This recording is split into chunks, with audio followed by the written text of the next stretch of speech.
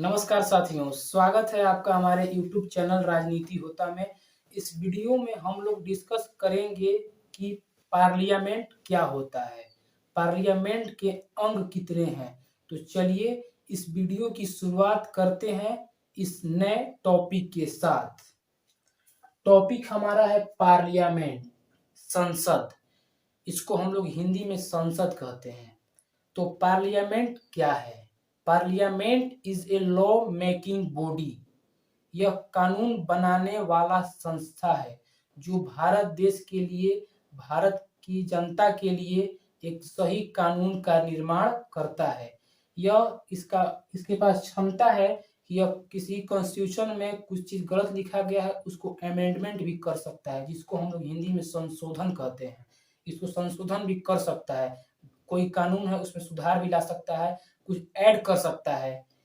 Generation को देखते हुए अगर डिमांड है कि कुछ इस कॉन्स्टिट्यूशन में जो चीज लिखा गया है उसमें कुछ ऐड किया जाए तो वो ऐड भी कर सकता है। तो चलिए इसके पार्ट्स के बारे में जानते हैं।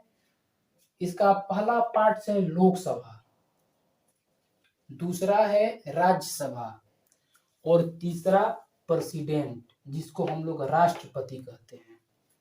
तो चलिए लोकसभा के बारे में हम लोग विस्तार से जानते हैं।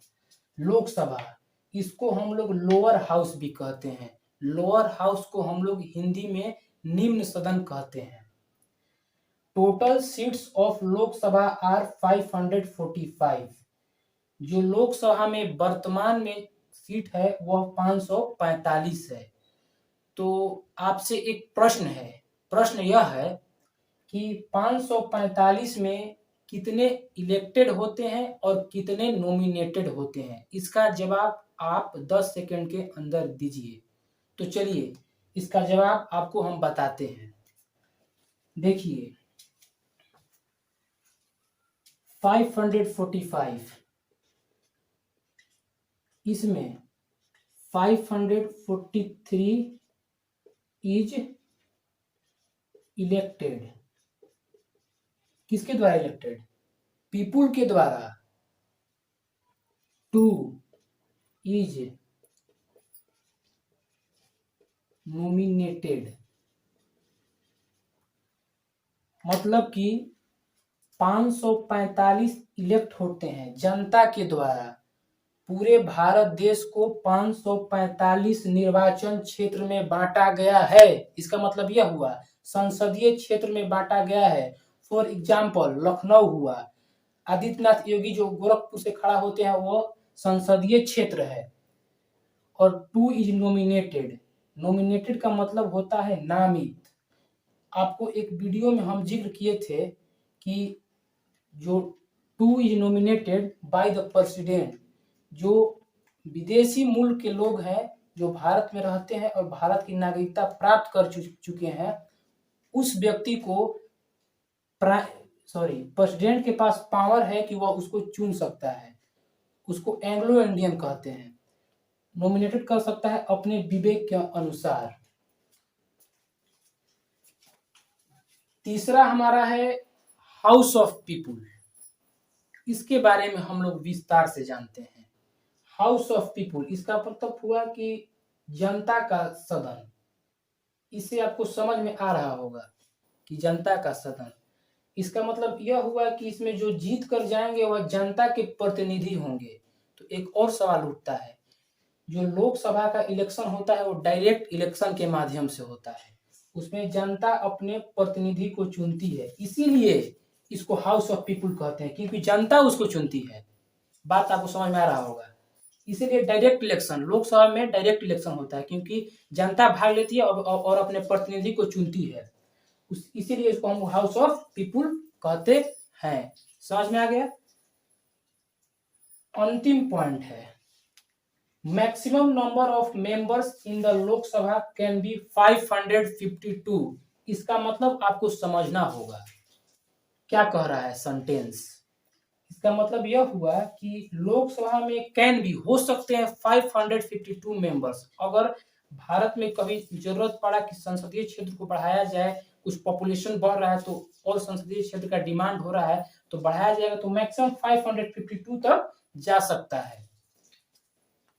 चलिए अब राज्यसभा के बारे में जानते हैं विस्तार से। राज्यसभा को हम लोग अपर हाउस के नाम से जानते हैं, इसका हिंदी होता है उच्च सदन। दूसरा हमारा पॉइंट है total seats of Rajya Sabha are 245।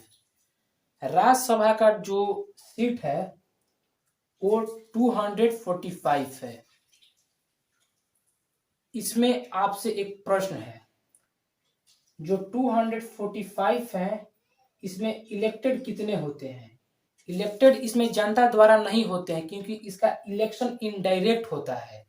ये चुने हुए प्रतिनिधि उनको चुन देते हैं। फिर भी इसमें राष्ट्रपति के पास पावर है कि वह कुछ मेंबर्स को अपने विवेक के अनुसार चुनता है। तो जानते हैं कि कितना चुनता है।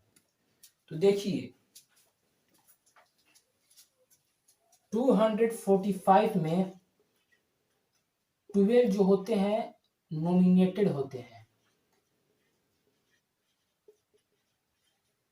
By president. देखिए तो एक आपके दिमाग में एक प्रश्न उठ रहा होगा कि इसमें तो उस व्यक्ति को चुना जाता है जो एंग्लो इंडियन है, लेकिन ये 12 किसको चुना जाता है? ये 12 उस व्यक्ति को चुना जाता है जो कला के क्षेत्र में, संस्कृति के क्षेत्र में, खेल के क्षेत्र में, एक्टिंग के क्षेत्र में अच्छा कार्य कर चुका है। उस व्यक्ति को राज्यसभा का मेंबर प्रेसिडेंट बनाते हैं। उदाहरण स्वरूप है सचिन तेंदुलकर, एक महान है, क्रिकेट के भगवान माने जाते हैं, वह राज्यसभा के मेंबर बने थे। चलिए अगला पॉइंट है काउंसिल ऑफ स्टेट। इसका मतलब क्या हुआ? राज्य का सदन। इसका नाम से ही हम लोग समझ जा रहे हैं कि राज्यसभा तो है काउंसिल ऑफ स्टेट, राज्य का सदन। इसका मतलब हुआ कि राज्य का सदन। एग्जाम्पल के रूप में देखिए बिहार से अभी राज्यसभा के 16 मेंबर चुन के जाते हैं। इसमें इस मेंबर को कौन चुनता है? इस मेंबर को चुनते हैं जो राज्य में विधानसभा होता है, विधान परिषद होता है। विधान परिषद हालांकि साथ ही स्टेट में, उसके बारे में भी हम लोग जानेंगे लेकिन आगे आने वाले वीडियो में। तो वही लोग चुन के भेज देते हैं राज्यसभा में। ये हुआ। चलिए अगला point, maximum number of member in the Rajya Sabha can be 250।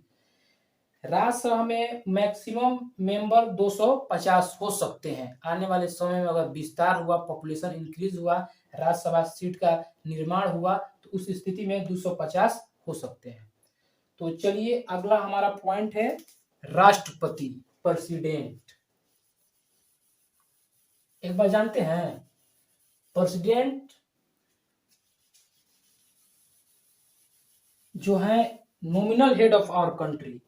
जो हमारा देश है वो राष्ट्रपति के नाम से चलता है, बट ये नॉमिनल हेड है। नॉमिनल के बारे में हम जिक्र किए, इसका हिंदी होता है नामित।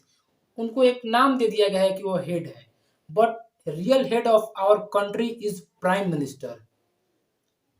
ये तो आप भी जानते हैं, लेकिन बुक लिखता है कि head of our country nominal. Book पढ़िएगा तो नॉमिनल हेड है, मतलब कि नामित। आप देखते भी हैं भारत में मैक्सिमम डिसीजन प्राइम मिनिस्टर लेते हैं। जो देश का मुद्दा हो या किसी भी इशू पे प्राइम मिनिस्टर ही डिसीजन लेते हैं। प्रेसिडेंट का आप बहुत कम रोल देखते हैं। वो उनका रोल बता देता है कहाँ कहाँ है। वो चीफ कमांडर होते हैं तीनों सेनाओं के, सर्वोच्च होते हैं। चीफ कमांडर ऑफ तीनों सेनाओं के चीफ कमांडर प्रेसिडेंट होते हैं। और इनके बारे में बताएं, ये chief justice of supreme court जो होते हैं उनको चूज करने का पावर प्रेसिडेंट के पास होता है।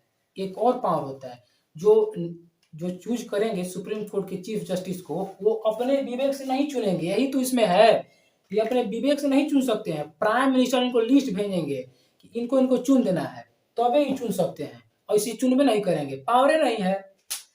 हाँ, एक और काम है इनका कि जो और जितने भी स्टेट है उनमें गवर्नर होते हैं ना, तो उनको भी चुनने का पावर प्रेसिडेंट के पास है। लेकिन किसके विवेक पे लिस्ट आता है? प्राइम मिनिस्टर द्वारा कि इनको चुनना है। तभी वो चुन सकते हैं।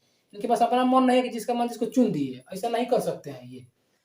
और ये चीफ जस्टिस सुप्रीम कोर्ट को भी चुनते हैं। अब देखिए जो हाई कोर्ट के चीफ जस्टिस होते हैं ना, किसी स्टेट में जो हाई कोर्ट होता है, अभी फिलहाल 24 हाई कोर्ट है, वहां पे जो राष्ट्रपति होते हैं वहां के चीफ जस्टिस को भी यही चुनते हैं, लेकिन लिस्ट जारी होता है प्राइम मिनिस्टर द्वारा, बताया जाता है कि इनको इनको चुनना है, तब चुनते हैं। इससे क्या प्रूफ होता है कि nominal head of our country यह नामित है, इनका कोई वर्क नहीं, अपने विवेक से कुछ नहीं कर सकते हैं। तो